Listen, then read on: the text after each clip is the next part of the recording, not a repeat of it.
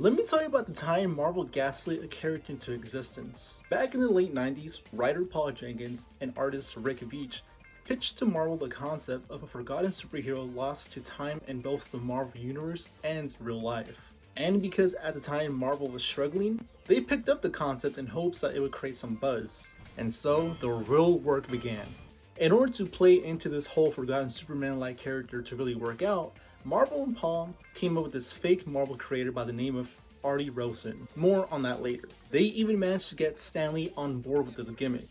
And so, in 1999's Daredevil Volume 2, issue number 9, that's where they begun to plant the seeds. In the corner of the final page, there's a section dedicated to the made-up Artie Rosen, in which Marvel was wishing them well as they had apparently fallen ill.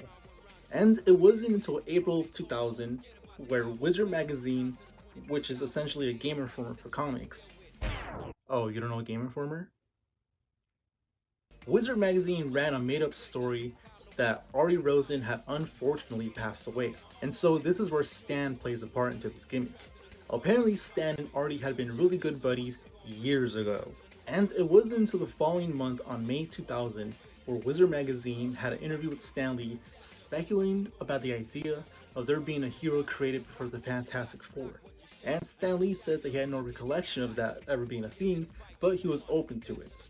And it wasn't until June 2000 where Wizard Magazine would report that Artie, who's not real, his widow, who's also not real, found a box of his stuff with one of them labeled Marvel on it. In the box, it would be revealed that there was character descriptions and concepts for a character that predates the Fantastic Four. Once the public was hooked on the idea of this scrapped, forgotten Marvel character, 2 months later, conveniently, Marvel drops a 5-part miniseries dedicated to the Sentry.